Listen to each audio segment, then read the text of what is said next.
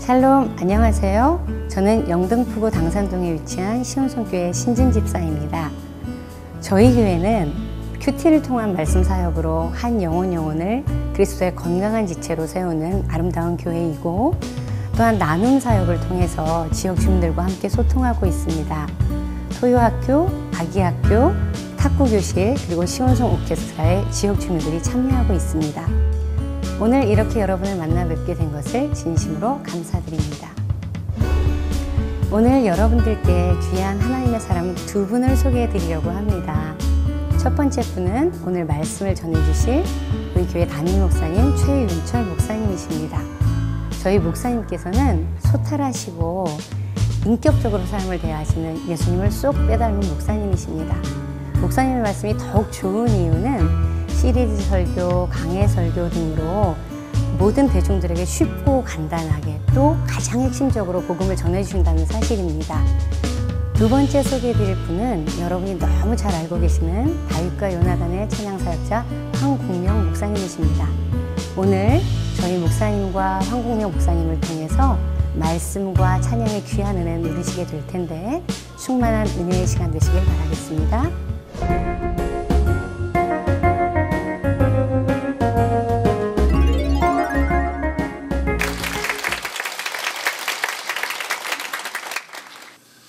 인류의 가장 위대한 사건, 그것은 바로 예수 그리스도의 탄생 아니겠습니까?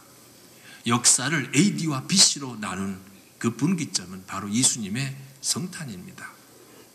오늘 누가복음 2장 1절로 7절이 증가하는 이 말씀을 보면요, 예수님 탄생하셨을 때 국제적인 정세는 어떠했는가, 이스라엘의 분위기는 어떠했는가, 그리고 예수님을 품속에 안고 있다가 출산하게 된 마리아 가정 분위기는 어떠했는가, 짧은 본문에서도 얼마든지 읽을 수 있는 주님 탄생의 백그라운드를 가르쳐주고 있습니다. 당시 이스라엘은 로마의 식민지하에 있었습니다. 로마는 헤롯이라는 사람을 유대의 분봉왕으로 지명합니다. 헤롯은 원래 유대 사람이 아니에요. 그는 에돔 곧 이둠의 사람입니다. 그런데 그 헤롯 왕에게 들려지는 소문에 의하면 동방의 박사들이 찾아오는데 여기 이스라엘에 왕이 나신단다, 이 소문이 헤롯 왕의 귀에까지 들렸어요. 잔뜩 긴장하고 발끈했습니다.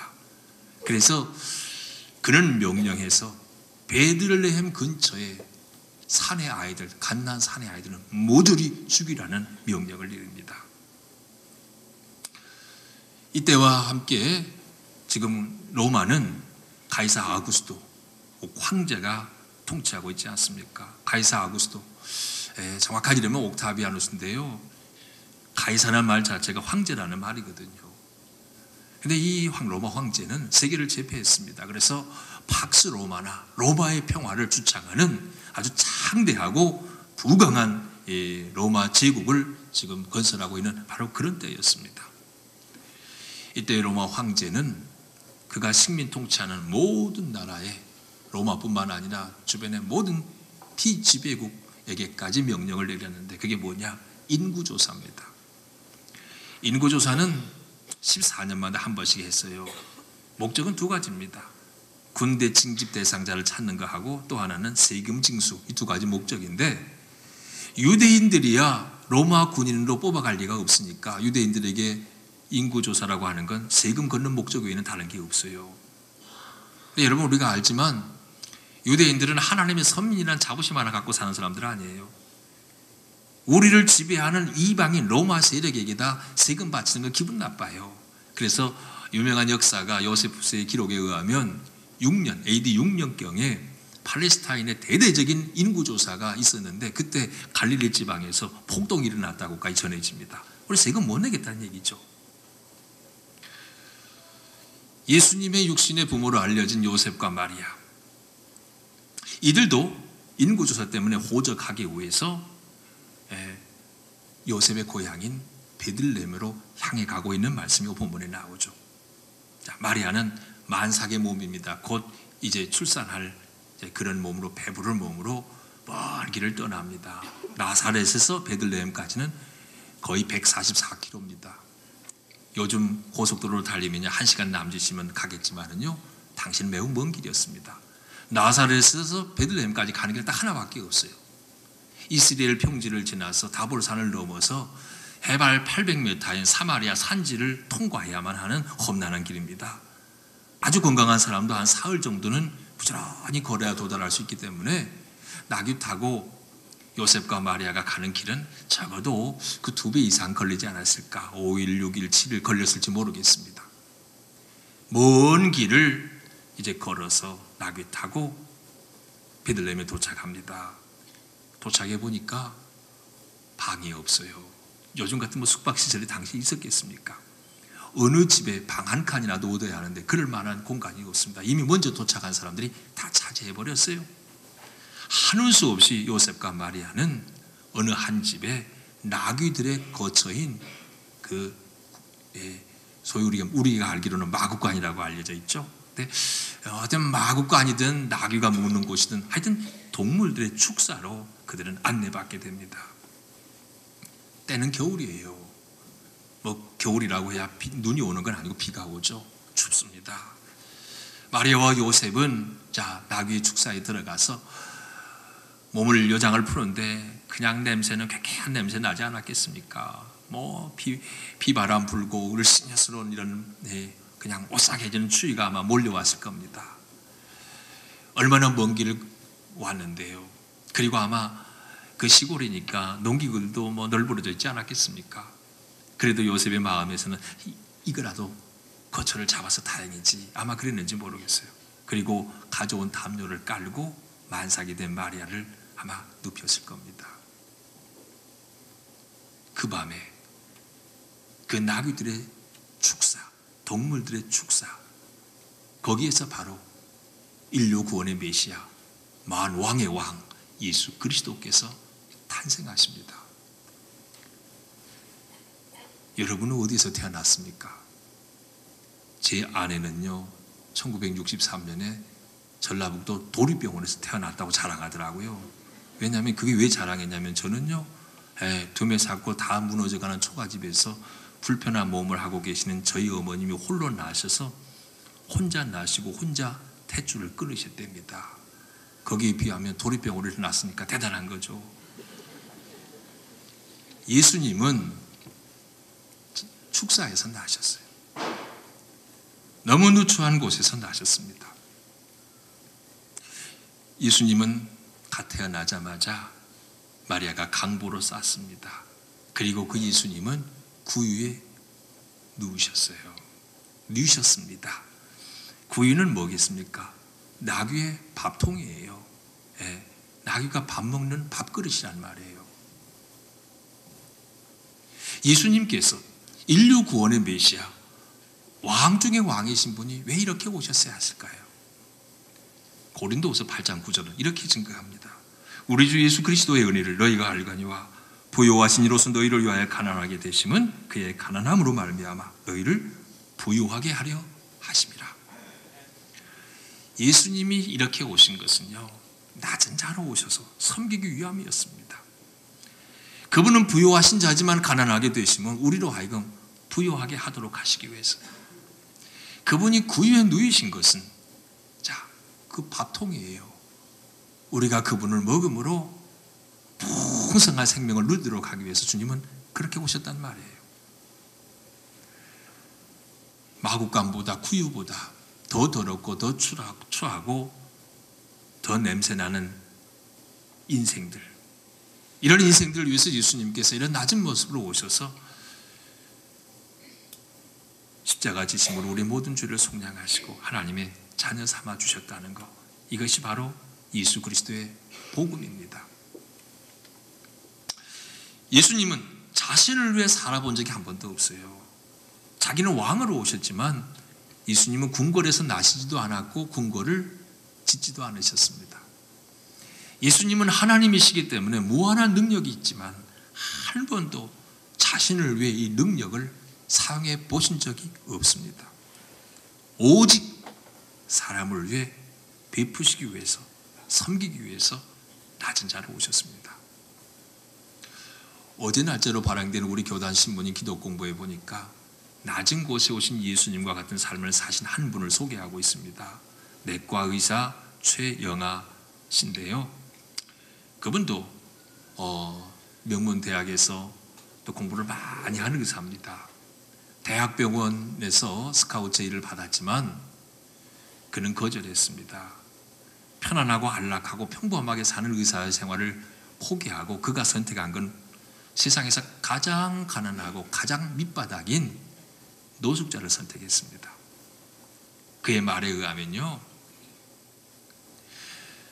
평생 만나야 할 사람이 병들고 아프고 힘든 사람 만나는 게 의사라는 직업인데 내가 어찌 평안하고 안정된 삶을 추구할 수 있겠습니까?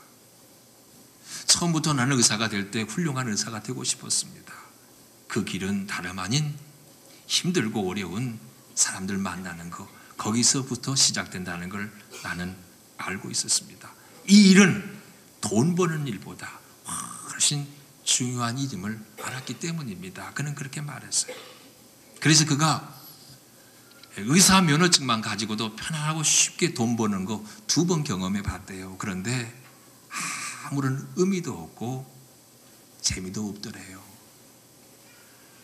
그래서 의사가 돼서 전문의 자격증을 받을 때가 2001년도인데 오늘까지 14년 동안 한 푼도 받지 않고 몇 달 동안 자원봉사 의사로 노숙인들을 섬겼고 어쩐 때는 100만 원 월급으로 만족하는 세월을 몇 년을 보내기도 했답니다. 스스로 고난의 길을 가는 이유 다름 아닌 낮은 곳에 오신 예수 그리스도, 그분으로 인한 은혜 때 생각하면 이것도 감사하고, 의사로서 내가 해야 할 일은 병이 많은 곳에 가야 하는 게 마땅한 일이기 때문에 이런 삶을 살아가고 있노라고 그는 고백했습니다. 여러분, 돈 싫어하는 사람 별로 없죠? 있으면 좋은 거 아니에요? 그래서 요즘에 돌고 도는 돈이라는 시리즈, 이미 유머로 여러분 들어보셨을 거예요. 돈을 영어로 머니라 그러잖아요. 머니. 도둑이 좋아하는 돈은 뭐예요? 슬그머니. 계란 살 때 필요한 돈은, 지불하는 돈은 에그머니. 네. 듣기만 해도 가슴 뭉클하게 하는 돈은 뭐냐? 어머니. 아이들이 좋아하는 돈은요? 할머니. 아저씨들이 좋아하는 돈은요? 아주머니. 며느리들이 아주 싫어하는 돈이 아닙니다. 그건 뭐겠어요? 시어머니. 공산주의는 평등한 분배를 강조하고요, 자본주의는 자유로운 획득을 주장합니다마는 예수님은 오심으로부터 낮은 자로 오셨고 낮은 자에서 섬기고 베푸시다가 마지막에는 목숨까지 내어놓는 그 사랑을 실천하셨습니다. 죽기까지 사랑하신 예수님, 생명까지 내어주신 예수님, 바로 이 사랑을 실천하기 위해서 이 땅에 주님은 오셨습니다.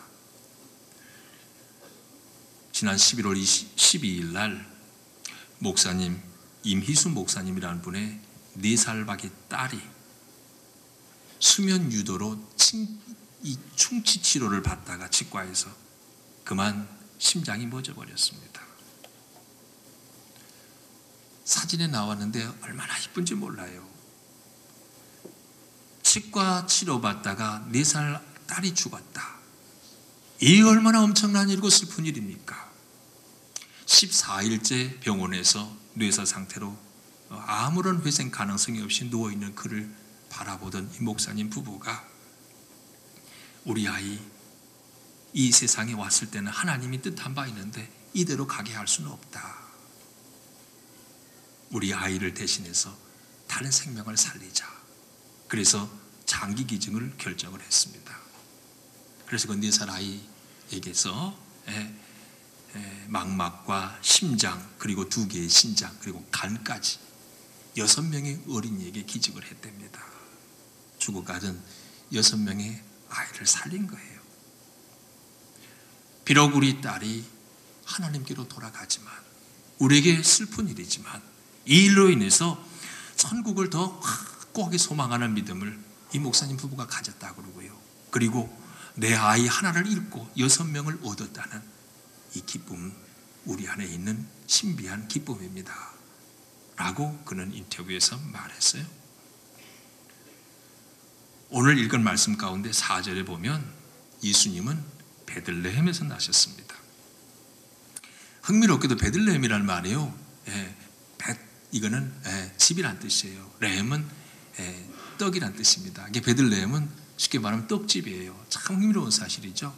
그 지명 이름이 떡집입니다. 예수님은 떡집에서 나시고 나귀들의 밥통 위에 누이셨습니다. 쉽게 얘기하면 예수님이 이 땅에 왜 오셨냐? 우리를 먹이시기 위해서 오셨어요. 구약시대에는요, 소나 혹은 양이나 이런 고기를 먹었습니다. 이스라엘 백성들이 출애굽을 하고 이제 광야에서 성막을 지었을 때, 그리고 이제 솔로몬 성전 시대도 마찬가지입니다. 하나님께 제물을 드려서 제사했지 않았습니까? 그럴 때는 제사 드리고 난 다음에 그 제물을 함께 나눠 먹었습니다. 신약 시대에 와서는 뭘 먹었어요? 성전도 무너지고 제사도 폐하해지고 뭘 먹었습니까? 놀랍게도요, 누가복음 10장 14장 22절 말씀 이렇게 증거합니다. 그들이 먹을 때 예수께서 떡을 가지사 축복하시고 떼어 제자들에게 주시며 이르시되 받으라, 이것은 내 몸이니라. 예수님께서 떡을 떼시면서 하신 말씀이 받으라, 이건 내 몸이라, 이거 먹으라 그러셨어요. 공관복음에서 공이 증거하고 있는 한 사건은요, 오병이어 기적입니다. 오병이어 기적에 요한복음 6장에도 보면요, 떡을 떼사 축사하시고 그런 말씀이 나와요. 축사하시고, 이 축사하다는 말에 이 헬라어 원어는 유카리스테오라는 단어입니다. 이것이 여기서 유카리스트가 나온 거예요. 유카리스트가 뭐냐면 성만찬입니다. 라틴어로 유카리스트. 성만찬.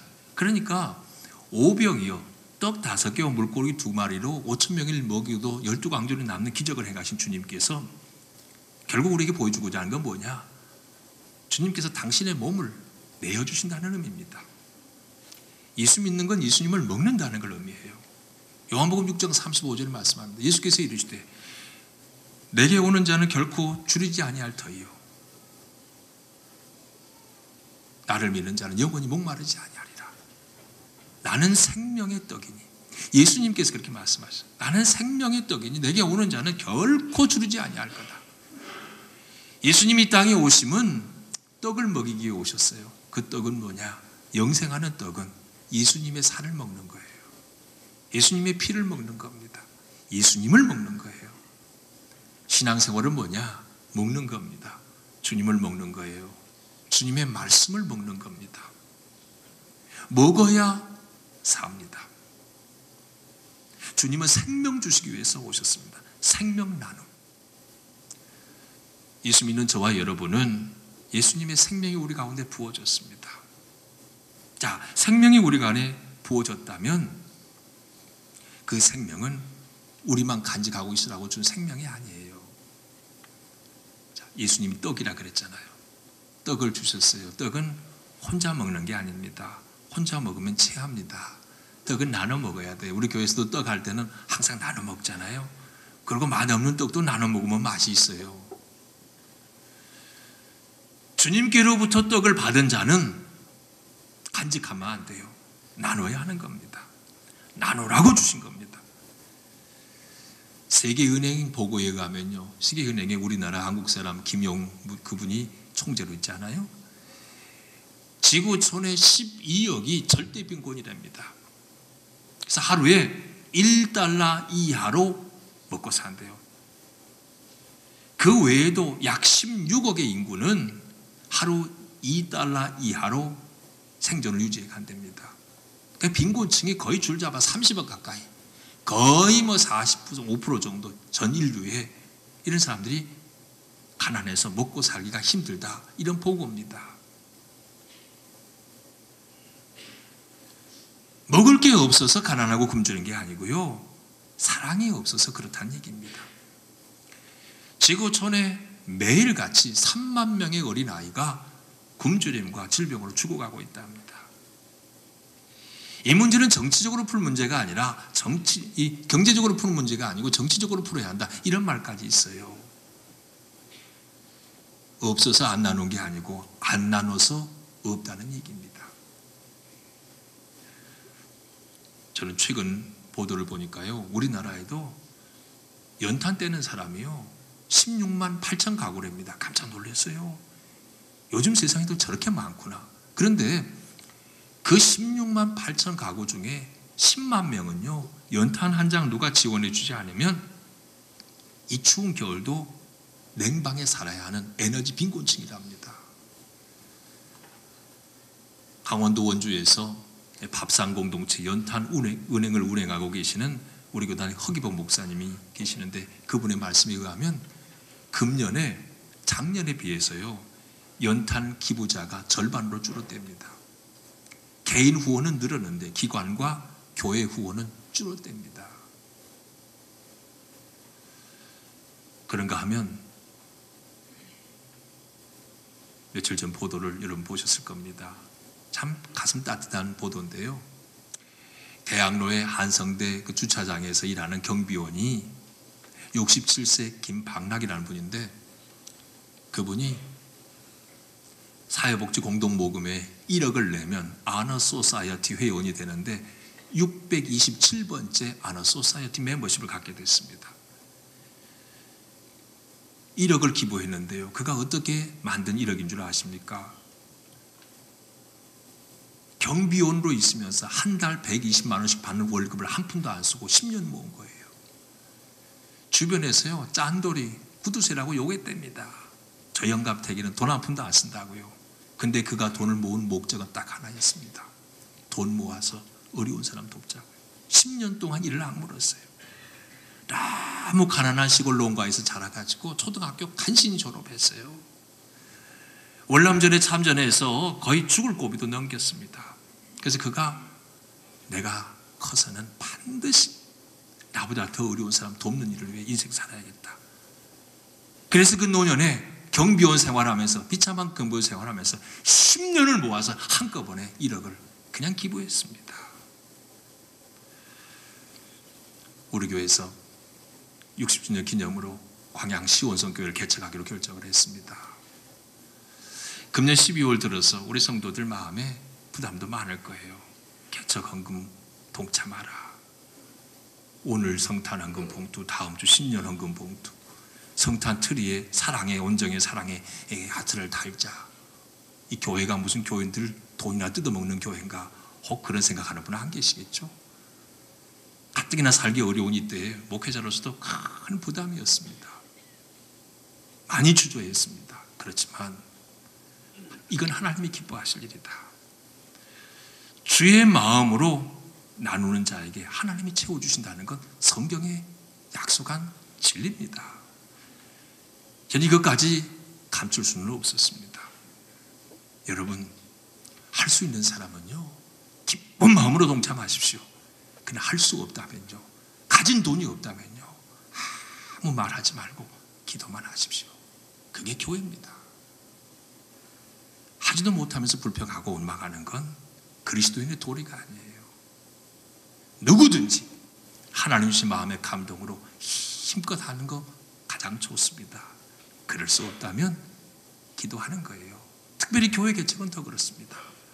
돈으로만 되는 거 아니거든요. 하나님의 역사는 돈 이전에 하나님의 능력을 의지하는 그 힘으로 되는 거예요. 그렇다면 기도가 가장 큰 힘입니다. 예수 그리스도께서 십자가에 죽으심으로 생명 내어주심으로 나 살렸다.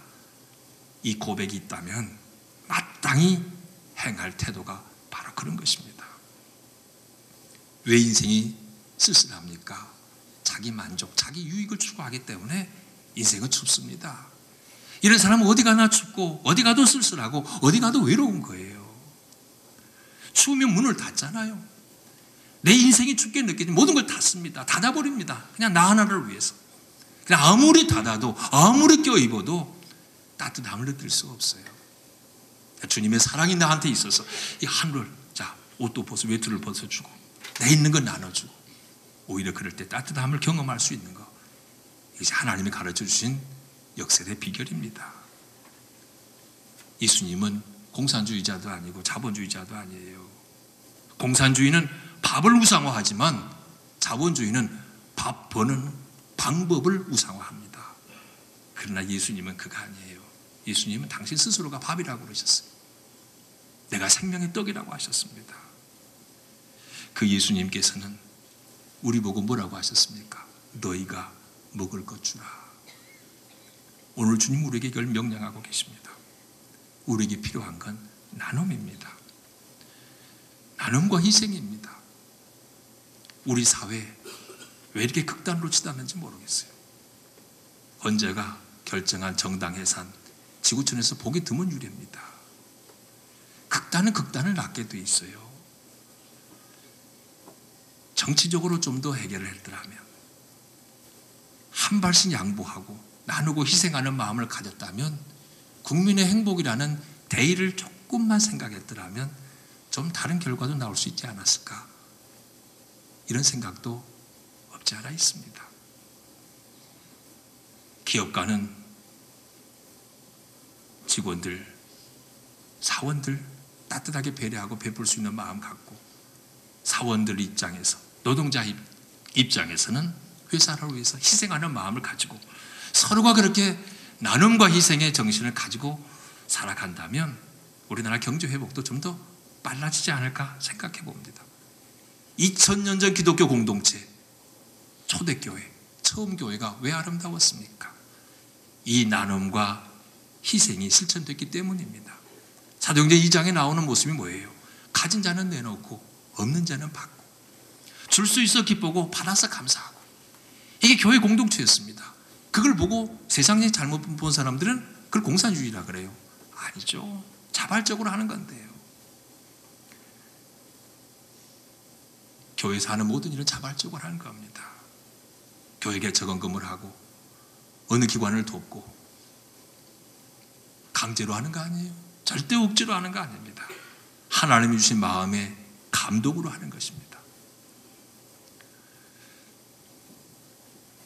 초대교회, 있는 자는 주고 없는 자는 받아서 평균되는 아름다운 교회 공동체를 보고 세상이 부러워했습니다. 아, 저 집단은 어떤 집단인지 들어가기만 하면 모두가 행복해. 오늘 한국 사회 대립과 분열, 갈등, 양극화되어 가는 이 한국 사회 치유하는 길은 바로 이거밖에 없다고 생각돼요.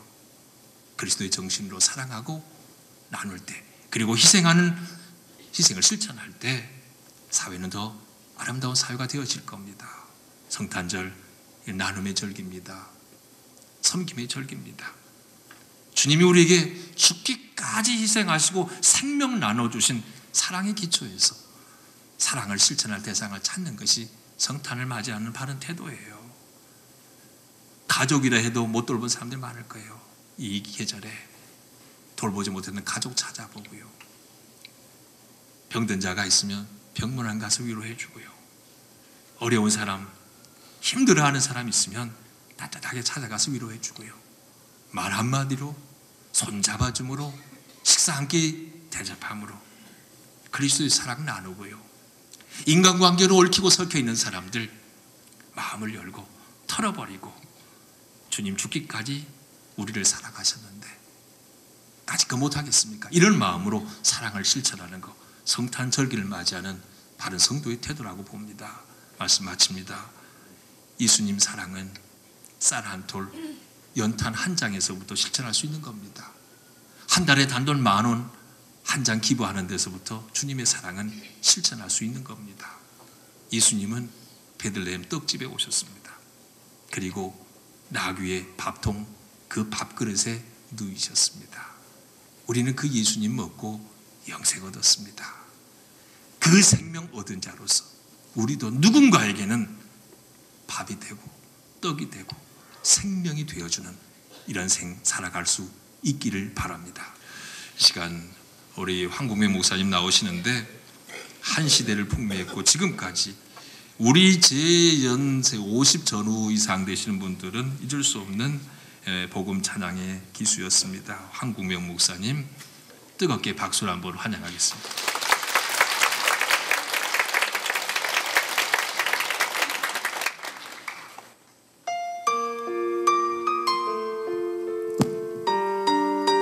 할렐루야. 여러분 참 아름답습니다. 기분 나쁘신 표정이실 때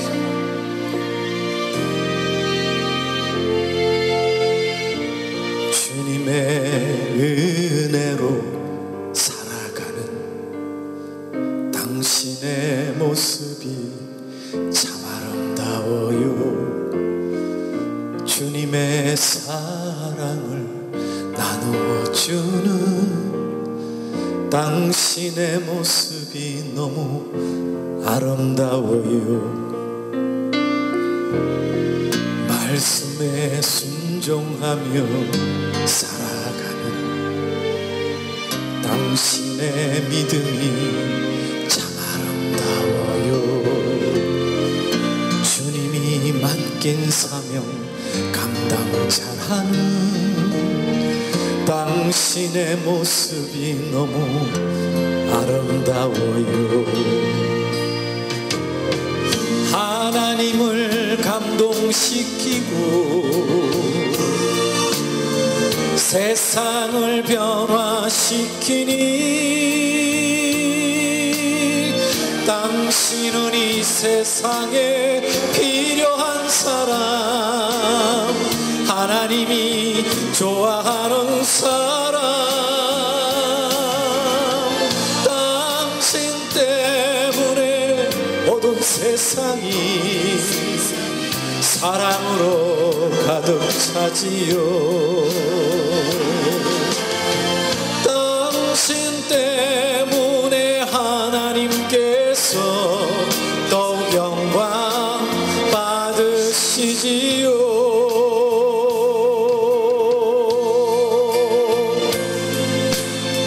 여러분 아름답습니다. 네, 우리 옆 사람 쳐다보면서 한번 인사하십시다. 아름답습니다. 이렇게. 주님의 은혜로 살아가는 당신의 모습이 참 아름다워요. 주님의 사랑을 나누어주는 당신의 모습이 너무 아름다워요. 하나님을 감동시키고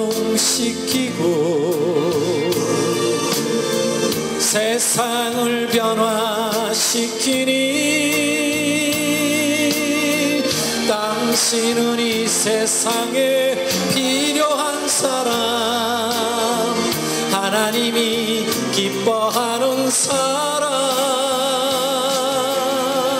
당신 때문에 모든 세상이 사랑으로 가득 차지요. 당신 때문에 하나님께서 더욱 영광 받으시지요. 우리 옆 사람 손잡고 한번 축복할까요? 당신 때문에 어두운 세상이 찬양으로 가득 차지요. 옆 사람 쳐다보면서 당신 때문에 하나님께서 더욱 영광 받으시지요. 더욱 영광 받으시지요.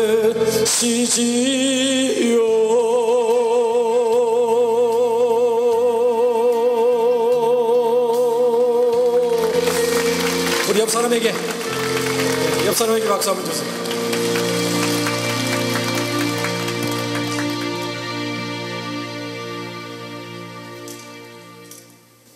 이렇게 아름다운 표정을 가지시고 왜 그렇게 인상을 쓰고 저를 쳐다보셨을까?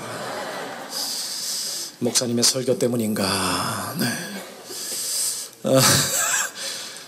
목사님 설교하실 때 이 표정 아니었죠?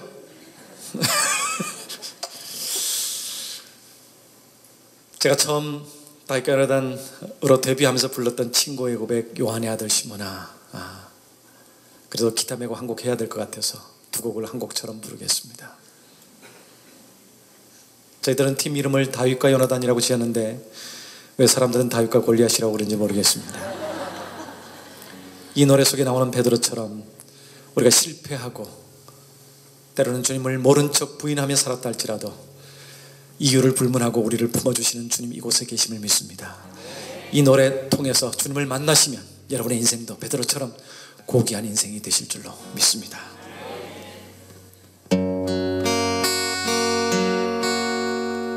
아름다웠던 지난 추억들, 사랑했었던 많은 친구들, 멀고도 험한 고난의 길을 나 이제 말없이 주님을 위하여 떠나야지. 새벽 다구울 때 난 괴로웠어. 풍랑이 일면 난 무서웠어. 하지만 이제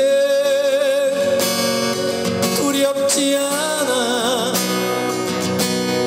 이 세상 끝까지 주님을 위하여 죽을 텐데 수없이 많은 사람들 위해 당신이 바친 고귀한 이세 영원히 당신과 함께 있고파 사랑의 십자가를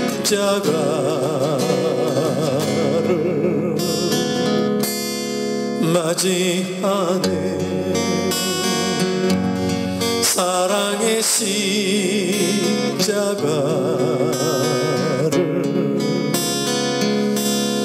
맞이하네.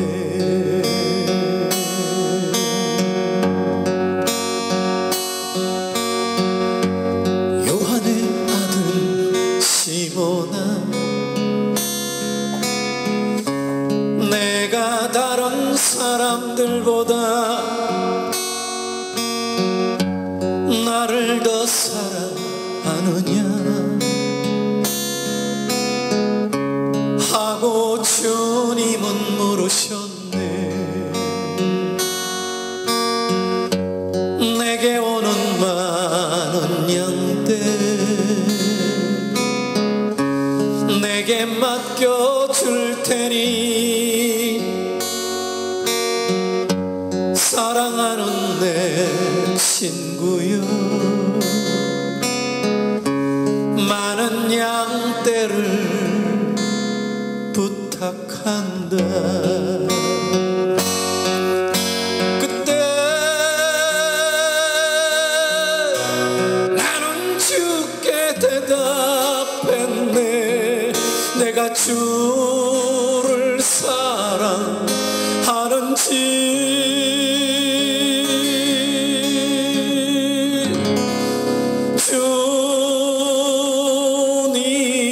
주님께서 아십니다.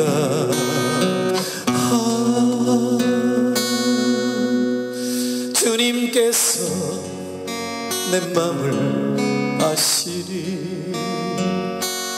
주님께서 내 마음을 아시리. 주님께서 내 마음을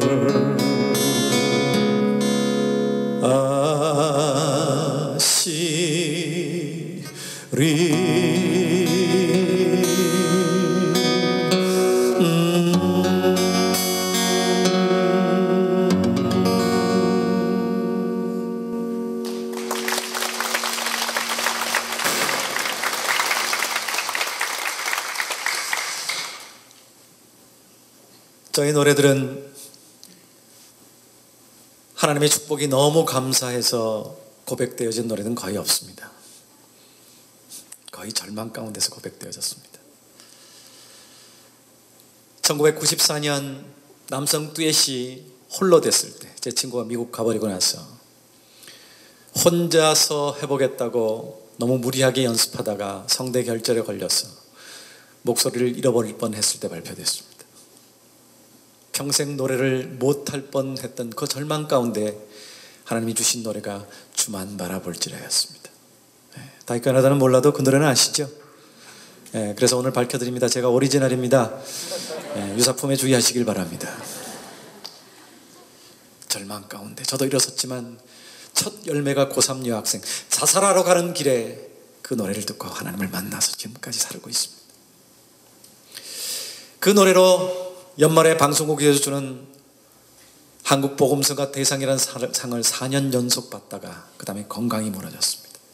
여러 가지 증상이 나타났지만 귀도 멀고 나중에는 의사가 죽는다고 그랬습니다.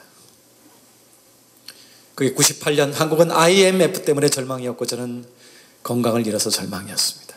하나님이 또한 노래를 주셨습니다. 주님 손잡고 일어서세요. 그 노래도 아시죠? 오리지널입니다.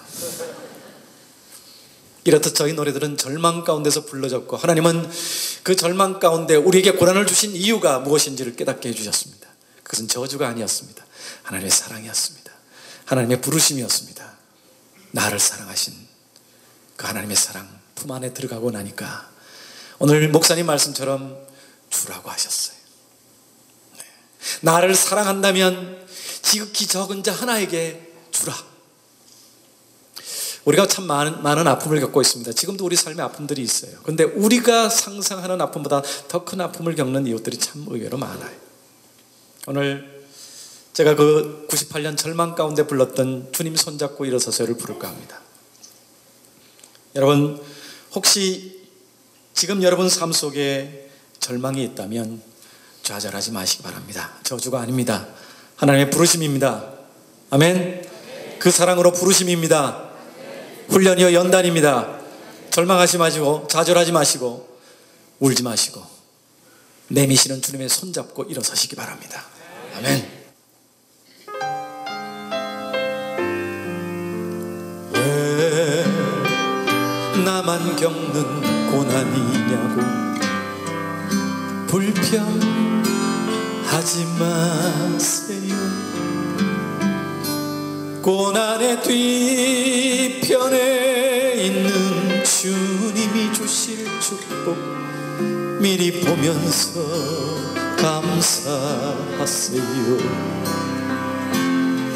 너무 견디기 힘든 지금 이 순간에도 주님이 일하고 계시잖아요. 남들은 지쳐 앉아 있을지라도 당신만은 일어서세요.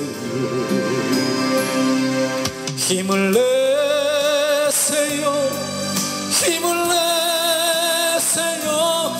주님이 손잡고 계시잖아요. 주님이 나와 함께함을 믿는다면 어떤 역경도 이길 수 있잖아요.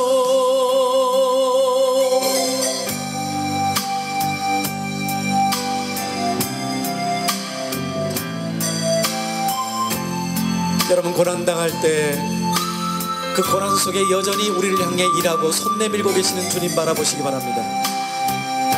그때 내 아픔보다 잃어버린 것보다 여기까지 인도하신 하나님의 은혜가 보이실 겁니다. 그걸 바라봐야 견딜 수 있어요. 왜 이런 슬픔 찾아왔는지 원망하지 마세요. 당신이 잃은 것보다 주님께 받은 은혜 더욱 많음에 감사하세요. 너무 견디기 힘든 지금 이 순간에도 주님이 일하고 계시잖아요. 남들은 지쳐 앉아 있을지라도 당신만은 일어서세요. 힘을 내세요. 힘을 내세요. 주님이 손잡고 계시잖아요. 주님이 나와 함께함을 믿는다면 어떤 고난도 견딜 수 있잖아요. 우리 한 번 더 옆 사람 손잡고 격려할까요? 힘을 내세요. 힘을 내세요. 주님이 손잡고 계시잖아요. 주님이 나와 함께함을 믿는다면 어떤 눈물도 참을 수 있잖아요.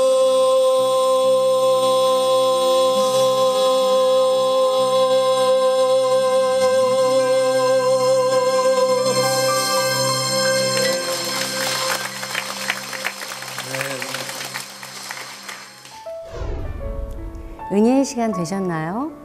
오늘 최윤철 목사님의 말씀과 황국명 목사님의 찬양을 통해서 나눔에 대해 깊이 생각하시는 시간 되셨을 줄 알아요. 받은 말씀과 찬양의 은혜가 여러분의 삶에 나눔으로 그대로 실천되기를 소망합니다. 앞으로도 하나님의 은혜와 평강 속에 기쁨이 넘치시는 하나님의 자녀된 삶들 되시기를 축복합니다. 낮은 자리에 임하시는 하나님을 경험할 수 있는 귀한 시간입니다. 목사님 예전에 우리 교회 오셔서 찬양 한번 하셨거든요. 그때 CD를 구입했어요. 그 CD 들으면서 항상 은혜 받고 있는데 오늘도 여전히 우리 목사님 찬양 최고였어요.